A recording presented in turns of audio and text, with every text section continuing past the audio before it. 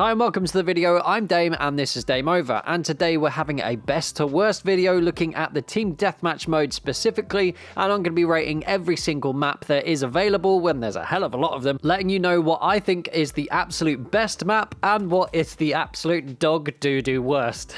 Dog doo-doo. I mean, I'm only mildly scripting this, so you could probably expect more jokes about animal feces. So let's kick things off by looking at what I think is the #1 best map for team deathmatch. Oh, and just to tell you, my rating system is based on many different variables, and it's mostly about how many different weapons you can use because it is team deathmatch after all. So if your favorite map is one where people sit at the back just with a sniper rifle and nothing really gets done and it's kind of slow and boring, expect it to be at the bottom of the list. Right, let's jump into it. So the #1 map for team deathmatch that gets Dame Over's seal of approval for #1 is Rotterdam. Now this and the next three you're going to see, so the top 4 in the list, are very close to taking the top spot. But Rotterdam, in my opinion, clinches it just that little bit. And it's all down to the portion of the map that they've chosen to use for team deathmatch, taken from the Conquest map. There's a huge variety of ranges you can play from, and therefore the different classes and different weapons all can do very well in different areas of the map. There are definite power positions that you can hold, like on top of the train line,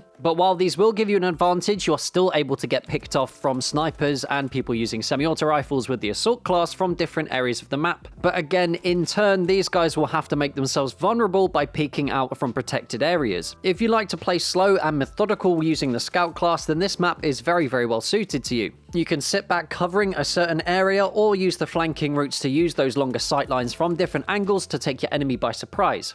But equally, if you like the faster paced gameplay, which uses the medic class or even the assault rifles in the assault class, maybe even a shotgun or two, then you'll definitely find some interior areas that you can use, with the narrow corridors and stairways definitely lending themselves to that close quarters combat. There are a number of flanking routes as well, which is a huge priority for me in team deathmatch. You don't want to get spawn trapped at all at any point, so it adds that risk reward factor for those players that want to take the fight to the enemy. There's a large variety of elevation throughout the map, and if World War II is getting a bit too much for you and you want to cool off, you can just jump in the river and go for a swim. So that's just some of the reasons that I think Rotterdam is the #1 map for team deathmatch in Battlefield 5. Next up, #2, and it's one of the new ones from the latest and final update to Battlefield 5, and that is Provence. Now, Provence is a little bit more limiting than Rotterdam because it's split into sort of 2 halves if you're going straight down the middle. The high side has more alleyways and lanes and less buildings you can get into, and conversely, there are more flanking routes and different buildings you can get into on the lower side of the map. So why have you picked this one, Dame? Why is it #2? Shut up, I'll tell you. Just give me a second. Well, it is because, again, you can use loads of different weapons that can be very effective,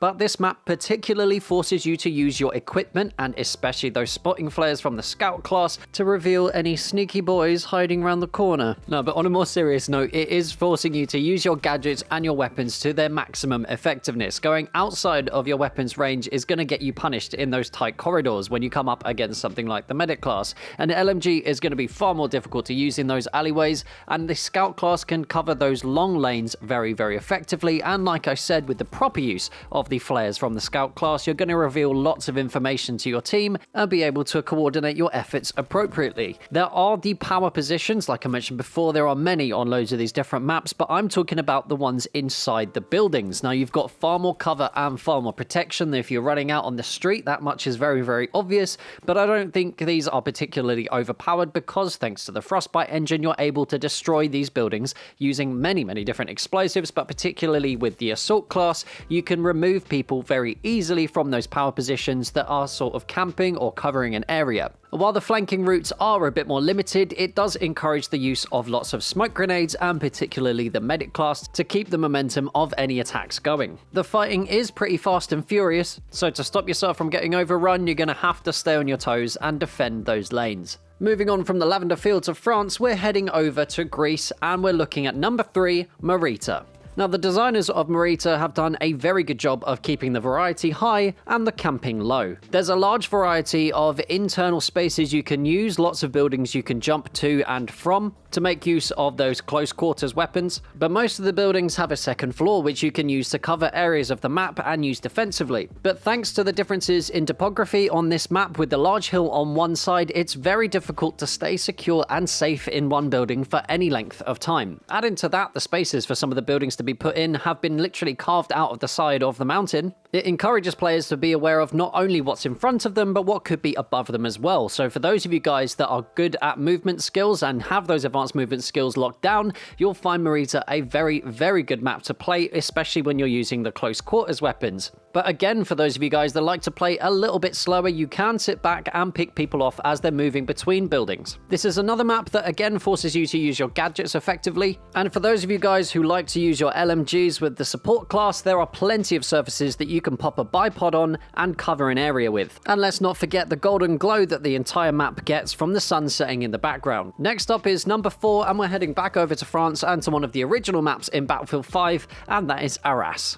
Now, Arras, unlike some of the maps that I've just talked about, is slightly more focused on a central area, that being the church in the middle and the area in front of it. Now, some people might disagree with the central focal point, thinking that it will encourage people to camp or just hold down a certain area. In Arras, it actually works very, very well. Thanks to the amount of buildings and the amount of cover that's spread out throughout the map, this central focal point is where you can expect most players to be heading towards most of the time. But because of the sheer number of buildings and lanes heading towards this focal point, it means you have to be paying attention to people flanking at any time.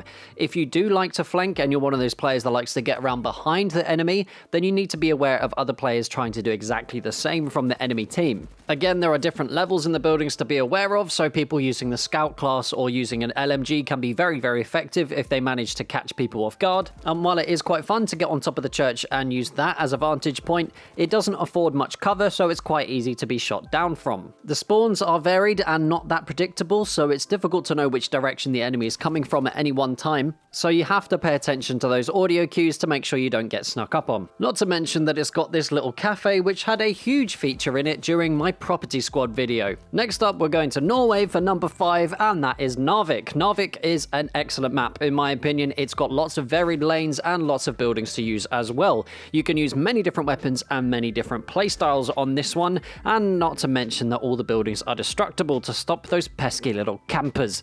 Okay, that was a little bit overly aggressive. Narvik leans a little bit more towards the assault class and the semi-auto rifles, and any of you guys using the scout class and the ZH-29, for example. But because the spawns flip quite often, it's very difficult to maintain map control because the direction you're facing needs to change all the time. Most of the action will take place down this central lane with all the buildings in, but for those of you guys that like to flank, heading off to the sides, especially up the hill, will get you a nice height advantage, although the cover is very limited to balance it out. I find the snow on the ground helps with visibility issues that are notorious in Battlefield 5, at least a little bit, and teamwork is a very big part of this map. Covering lanes effectively with your teammates allows you to stay alive and keep them alive in turn, and to be able to pick up lots of kills. You can't just stack up all in one lane, as you'll be very easy pickings for anyone using the scout class. Next up at number 6, we've got Devastation. Now this was a bit of a tricky one for me. It doesn't play like any of the other maps that you've seen so far, but that's not to say it isn't good. It's got lots of positive things about it. There are the number of flanking routes available, the varying ranges you can play from, and those power positions that I think are so important in Team Deathmatch. And while visibility is a bit of an issue, as well as it is in all of the other game modes that are available in Battlefield 5, I feel like the audio cues do tend to balance this out a fair bit, especially if you're worried about getting snuck up on. The amount of rubble and debris that's around makes quite a lot of noise when you run on it. But the thing that really takes the cake for me here is the underground section that you can move through, the bit with the cars, and also, especially if you're using the support class, the absolute power of being able to put up fortifications. This is one of the maps that using fortifications I think is almost entirely necessary. If you're able to get those fortifications up, it can change so much about how the game plays and the general flow of it. If you're able to get these fortifications up and hunker down behind them, you're going to be in a very good position to be able to dictate how the game is going to play out. And these fortifications can be used in that underground passage, forcing the other team to go all the way around the outside if they are going to flank you, instead of trying to get the drop on you by running straight down the middle. This means that if you're trying to hold down an area, you've got far less lanes to watch, far less things to worry about, but this is all balanced out by the ability to be able to destroy those fortifications. I think all weapon types are pretty useful here, apart from shotguns. The ranges that you're going to get in fights with is just a little little bit out of effective shotgun range, but especially with the scout class, if you've got good target acquisition and a quick trigger finger, you'll definitely be able to take advantage of that extra damage at range. And next up, we've got another map with a major main focal point, and that is Aerodrome. Now, the main concrete hangar is where most of the fighting is going to be done on this map, same as it is for all of the other game types in Battlefield 5. And while the passages down the side can lead to it being a bit boring if you're just trying to camp there and pick people off, if you're brave enough to charge into the middle and you've got the right loadout, you can change the game almost instantly. This is another map that, with the correct use of your gadgets, your explosives, rocket launchers, and so on, you can make a really big difference to how the game flows. Not to mention that if you're able with the scout class to fire a spotting flare over the top of the hangar, it's going to be very, very difficult for the other team to take it out. The spawns flip often, so you're having to defend different sides of the map at any one time, so it's not as though one team can completely shut the other out. And let's not forget that using smoke grenades can screen your advance, and it adds to the excitement factor at close quarters because you simply don't know where the other team is going to come from. This is one of the more fun maps to play in my opinion, but as long as you're paying attention to those people trying to get on the upper level inside the middle of the hangar, you shouldn't need to worry too much about getting picked off from distance. Semi-auto rifles are going to be the way to be able to push in the building, but I think the medic class and LMGs are definitely the way to go once you're inside. But like I said, it's one of the more fun maps, which is why it's made its way to the number 7 spot. Next up at number 8, we've got Lofoten Islands. Now, this little seaside village is full of fun and close quarters combats, with the medic class and assault rifles definitely being the way to go if you want to get those high kill games. You're more often than not going to be fighting at very close range, so being able to put as many bullets into an opponent as fast as possible is definitely preferable. And while shotguns are usually absolutely awful, in the close quarters of this map, if you've got good movement skills, you're definitely going to profit from using one. Lofoten Islands, on the whole, is very, very fast-paced. As soon as you spawn, you've not got very far to run at all before you manage to bump into an enemy, and thanks to the layout of the buildings, there could be another enemy just around the corner. The flanking routes are far more open than the center of the map, so if you do decide to wrap around the sides of the enemies, you're going to be far more at risk of getting picked off. The buildings will give you the advantage of having cover all around you and being able to look down on your opponent, but like I said, they're never far away, so don't expect it to last for long. And now we're just coming up to the halfway point of our team deathmatch adventure, so I just wanted to take a second to ask you guys, if you haven't subscribed already, make sure you hit that subscribe button. Before lockdown has properly finished and everything goes back to normal, whatever that means, I'm trying to hit 4K subs and I'm getting very, very close. So if you haven't subbed already and you're enjoying this content, or at least you've made it this far and you want to see even more content in the future, I'd really, really appreciate you hitting the sub button. Right, let's get back to it. Number 9, we've got Mercury. And this is where things start to go a little bit downhill with the map design. I feel like especially for this game mode in particular, it's kind of been tacked on. But anyway, you'll see why. So on paper, this map does actually look really good. It's got lots of similarities between some of the other maps. It's got a large collection of buildings in the middle, which will sort of be your focus point, like in Lofoten Islands, for instance, sort of similar to the way that Arras is laid out, where there is a central focus for where the action is going to happen. But what lets Mercury down is that it's set up perfectly for people to sit back with the scout class and not get involved in the action at all, ending in a scout versus scout battle across the map. Now, some people do like to take that slower mode of play, and I think there's absolutely nothing wrong with it. The problem with the map design is it encourages people to sit still and not get involved in the action at all, and especially when it's a team deathmatch game mode where getting kills is the main aim of the game, having people sit back and hope that they pick someone off maybe once every minute or two is not a good design in my opinion. Not to mention that it's actually pretty easy to get out of the line of sight of the scouts.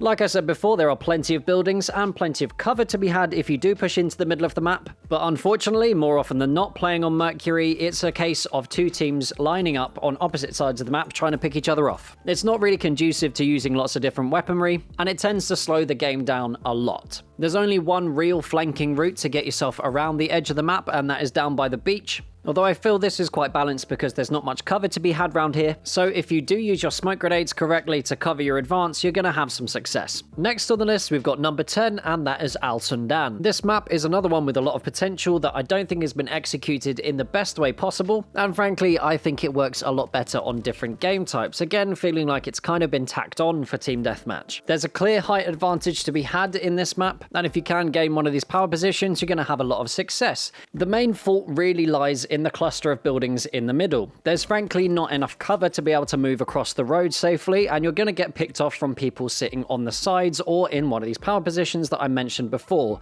The only place that has enough cover, I think, to accommodate some of those shorter range weapons is right under where the C flag would be in the Conquest game mode, but because you're always fighting uphill, it makes you very easy pickings for anyone that's dug themselves in. Due to the lack of cover in this map, it forces everybody to push over onto the high side, the bit furthest away from the open desert, and this means that most of the map goes untouched for the majority of the game. It's frankly just too risky to try and push through the middle or use one of the gaps between the buildings to do the same thing, so again it turns into one team lining up against another team and trying to pick each other off. While the spawns do alleviate this a little bit and there is some flow to the game, it doesn't really happen fast enough for a game mode that only has 32 players in it. Overall, Al Sundan is pretty limiting, but if you've got a half decent skill you can use a variety of guns in it, and I feel like there's not very much that's actually positive about it, so that's why it sits in the middle of the list. Number 11 on our list is Pacific Storm. Now this is a bit of an odd one because I think Pacific Storm is one of the more interesting maps to look at, and it's got some unique features to it as well. It has the central area with the main artillery, that is where you'll find most of the fighting done, or at least around those areas and in the trenches, but it's also got the addition of lots and lots of foliage that you can frankly get completely lost in. Now, like I said, it's a very interesting feature, but in Battlefield 5, where visibility is notoriously a huge issue, making players able to hide behind a few leaves and be entirely invisible is just one step a little too far.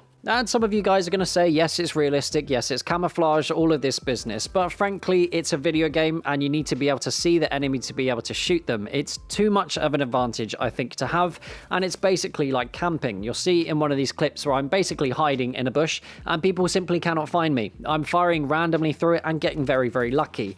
It's, I think, a pretty low skill way to play, and it encourages people yet again to stay to the edges of the map and not actually get involved in the action and dictate the flow of the game. Now, in terms of the type of weaponry that you'll see being used on this map, Pacific Storm really does lend itself to the semi-auto rifles. LMGs can also do very well, but in a less aggressive stance than you would normally use, and frankly, I think the map is a little too big, which nullifies the medic class in most situations. And this map basically boils down to being able to be killed by someone that's been hiding in a bush for 5 minutes just after you spawned, and if that's the style of play that's going to be encouraged, then I'm afraid to say that I'm absolutely not for it. Which is why Pacific Storm is sat at number 11. Next up, we've got number 12, Solomon Islands. And if you guys are paying attention to this part of the list, you'll notice a running theme. Now, Solomon Islands can be very, very fun, but it is very much catered to those close quarters battles. And again, visibility is a huge, huge issue. Not to mention that there are literally only a few ways to get around the map, and you're very limited in which direction you can take. There aren't any particular flanking routes as such, as every single lane is quite limited. And just like in Mercury, encouraging people to camp on top of a hill,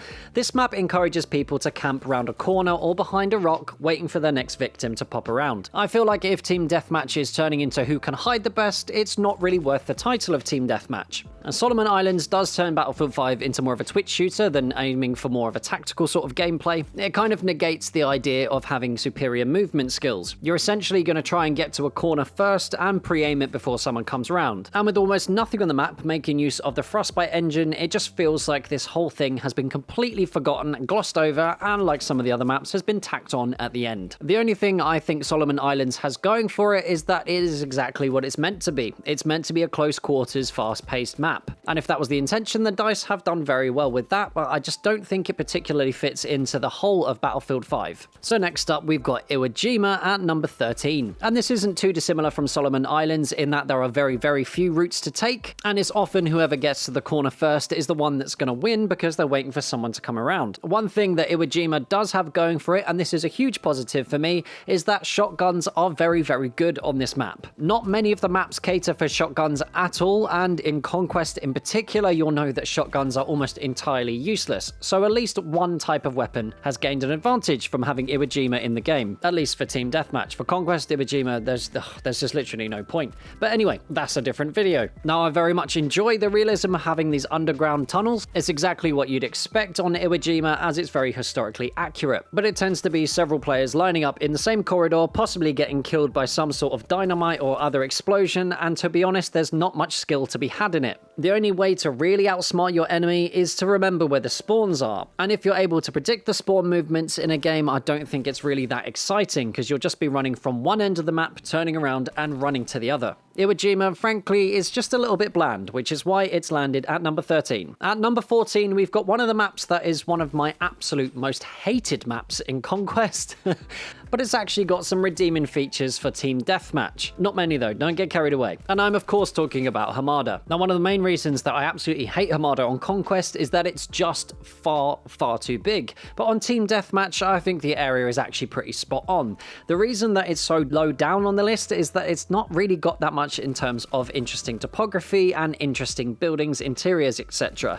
It's basically a game of whoever spawns on the outside away from the ruins is the one that's going to struggle to get any sort of foothold. While you are able to be aggressive and push the other team at various times, the map design on the whole encourages the camping of certain areas. The main focal point being the ruins in the middle is kind of a catch-22. While it does encourage people to push in there and try and fight it out at close quarters, by only having 2 or 3 ways in that are always an uphill battle, if you haven't managed to entrench yourself in the power positions first, you're going to really struggle to turn the tide of the battle with almost no chance of success. Unfortunately for Hamada, even on Team Deathmatch, it does sort of turn into running for 1 minute and getting picked off as soon as you get anywhere close to the action. It's overall a very unsatisfying game cycle. And now we're down to the bottom 5 of the list, and number 15 is Operation Underground. And I'm not sure there's really much I can say about it that you guys don't already know. Operation Underground can unfortunately be a very linear experience. On Team Deathmatch, this is mitigated a little bit by having those flanking routes open from the very beginning, but in my opinion at least, it doesn't feel very Battlefield. It feels far more like a Call of Duty game in which you pop around a corner and hope that you're shooting the person first so you don't die. As far as power positions go, there is the bridge that overlooks the middle, but honestly holding that central point doesn't particularly hold much of an advantage in Team Deathmatch, and the control of it is going to flip-flop very often, basically depending on who has the most grenades. The medic class is basically the only class that you should be using, although with something like the M2 carbine equipped, you're going to do very well, and this again is one of the maps where shotguns make their way into the fore, but this is again one of the reasons why Operation Underground is so low on the list, is that it is only CQB. There's no long range or mid-range fights to be had. While I am glad this does sort of mix up the meta a bit, it makes the Type 2A the weapon to use, and frankly everybody's running around using it, which to me just means it's a little bit boring. But to be honest, if those flanking routes were closed in Team Deathmatch, honestly I'd lose my mind, so thank God that isn't the case. Next up, we've got number 16, and we are on to Wake Island. It's been proven in Battlefield 5 that having an airbase as the combat zone can actually be very good and very exciting. Wake Island unfortunately doesn't really do that. There's a very limited amount of cover, which means that the CQB weapons are almost completely useless, and you'll more often than not see people with semi-auto rifles and the scout class stacking up near the planes. It's kind of one big circle, so flanking routes aren't really a thing. And this is another map that encourages the very slow and boring way to play, where you just stack up against the other team and start picking each other off. Now, some players are brave enough to attack the other team head on, but more often than not, you're going to get punished for moving. And like I said before, if a map is making you feel like you don't want to attack, especially on a team deathmatch game mode, then I don't think it's a particularly good one. Next up, we've got Panzerstorm sitting at number 17. Now, I've not really got that much to say about Panzerstorm. There are 2 particular spawns, a sort of semi-wooded area with some foxholes in that you can fight at, but there is this main barn that you're able to get on top of, which I don't think was really the intention in the game design anyway, but it's a good place to camp, which I did with Get Good Guy, as you can see in this clip. And essentially the map is just frankly a little too big and a little too open. Not much really happens, there's not really a central focal point, and just like in the Conquest game mode, Panzerstorm is just a bit it's dull. If you think differently, please change my mind. And we're coming towards the end of the list. Right, anyway, we've got number 18, and that is Twisted Steel. Now, on Conquest and other game types, this map can be very exciting. It's got lots of interesting features to it, lots of flanking routes, and lots of cover you can take. Generally, the focus is going to be around the bridge, and I thank God that DICE didn't choose to have that as the focal point for Team Deathmatch. The problem I do have with it is that they chose this swampy area that would be around where the D flag is in Conquest. Now there's random mounds of dirt throughout and random pieces of cover like a tank that's stuck in the swamp, but thanks to the foliage and Battlefield 5's particularly bad visibility, you basically can't see anything. My main problem with this map is that you can't see anything. The amount of times I was questioning whether something was a rock or a person, or I was saying I couldn't see through a bush, or there was someone that was shooting me through a bush even though I couldn't see them. Look, it's just ridiculous. If you're having to question what you look at all the time, it's just not very well designed. And unfortunately, Twisted Steel takes all of the visibility issues that are in Battlefield 5 and just shoves them in one very small play area. Unfortunately, if you're able to dominate the other team and actually pick them off, you just end up sort of running in a circle around the map in the same direction, getting dizzier and dizzier as you go. And if you're unfortunate enough to be on the losing side, your best bet is to take cover behind one of the resupply stations, because honestly, they are the best cover on this map. It doesn't make much sense to me. It turns into a game of who can break their cover first, and those are the ones that tend to die. Again, encouraging a sort of camping playstyle with people sitting at the back trying to pick people off from a distance. As you can tell, guys, I'm not a very big fan of it. And we now arrive at the penultimate map, the second worst Battlefield 5 map for Team Deathmatch, and it's one of the newest maps in the game, and that is Marj. Marj has a very similar problem to Lofoten Islands, but the reason it's rated so low on this list is because basically DICE didn't learn from their mistakes. The game has very, very limiting routes you can take. There's no particular area that you can actually flank from, there's just another pathway to take. There's not really a central focal point, and you're essentially just running from spawn to spawn trying to take out the other team. Now, if you do buddy up with some of your team and manage to push straight through the middle, you might get a bit lucky and manage to come through the other side unscathed with the other team tasting the dirt. But the reason that Marj sits so low on the list is that encouraging this sort of gameplay just makes players rely on complete luck rather than any level of skill. I think Marj looks great. I think the idea was pretty decent to begin with, but it's just so limiting in what you can do, what weapons you can use, and how you can play, that it definitely doesn't deserve any higher than the number 19 spot. And finally, we come to number 20, the absolute worst map ever for Team Deathmatch in Battlefield 5, and that's it, guys. You've guessed it. It's Fjell 652. Possibly one of the worst multiplayer maps in existence. Fjell 652 did have a bit of a change, so you can't get around any of the flanking routes, and the game has been limited, I think very, very poor decision, to the central area with the buildings here that you'll see in front of you, and these rocks that you'll spawn at. Now, there are some random spawns that put you in some very compromising positions, unable to regroup with your team or even take people out before you're going to get shot, because frankly, you're just stuck in the open. The buildings slow the game down so much it's almost unbearable, and if there are any snipers on the other team, you can be sure that they're going to be sat at the back in the rocks, very difficult to see, trying to pick off your team in the most boring fashion possible. There is literally no incentive on this map to go and attack the enemy team. Absolutely zero. You're going to get rewarded for sitting still and doing absolutely nothing until someone gets bored enough to break their cover and try and attack you, running at you with their face, because honestly, there's nothing else to do, and that's the only excitement you're ever going to get from Fjell 652. Oh god, honestly, I didn't know I felt so passionately about it. But trying to be a little bit more objective, I think this is very, very poorly designed. This is the epitome of what is wrong with most of the maps in Battlefield 5, and it is that it does exactly what I've mentioned before, which is the problem with some of the maps, is that both of your teams just stack up against each other and try and pick each other off. There's no reward for having better movement skills than the enemy. There's not really much reward for having better aim than the other enemy, except you're going to get a few more kills with your sniper rifle than someone else on the enemy team, and there's just almost no variety to the gameplay whatsoever. The safest thing to do to not absolutely destroy your KD is to just sit in a house and hope that you don't get killed by anybody while you're trying to pick off other people at a distance. Having no variation in cover when you're spawning at those rocks is just frankly a huge mistake. The buildings in the middle, yes, they can be quite interesting, and yeah, that is probably the most interesting focal point on Fjell 652 in the first place, but considering how badly the Conquest map was designed, I don't really see why they bothered to port it over to Team Deathmatch, apart from just to sort of fill a quota. Honestly, there's not really much to say about it. There are no flanking routes, there's nothing interesting about the map, and you can barely see anything, even though there's very snowy. I mean, the visibility issues, again, make you want to tear your hair out. I wish I had something positive to say about it, but honestly, I just don't. Now, that is all 20 maps you can play on in Team Deathmatch on Battlefield 5, rated from best to absolute worst. Now, I'd firstly like to say a very big thank you to any of you guys that stuck around for the entirety of this video. Honestly, I didn't think it was going to be as long as it is, and it took me a very, very long time to make this, actually, with over 10 hours of gameplay and what seems like forever editing this thing. If you did stay to watch the whole thing, I really do appreciate it, but who I appreciate even more are my Dame operatives, those of you guys supporting the channel through Patreon. So if you guys want to end up on this screen at the end of every single video, you can find the link to the Patreon page in the description and the pinned comment. I mentioned before that I want some more subs before we get out of lockdown. 4K is my target, so if you haven't subscribed already, please do. Don't forget to hit the like button if you enjoyed the video. If you didn't, hit the dislike button. That's absolutely fine. Just make sure you drop into the comments and tell me what you disagreed with. And until next time, that's Dame over. Peace.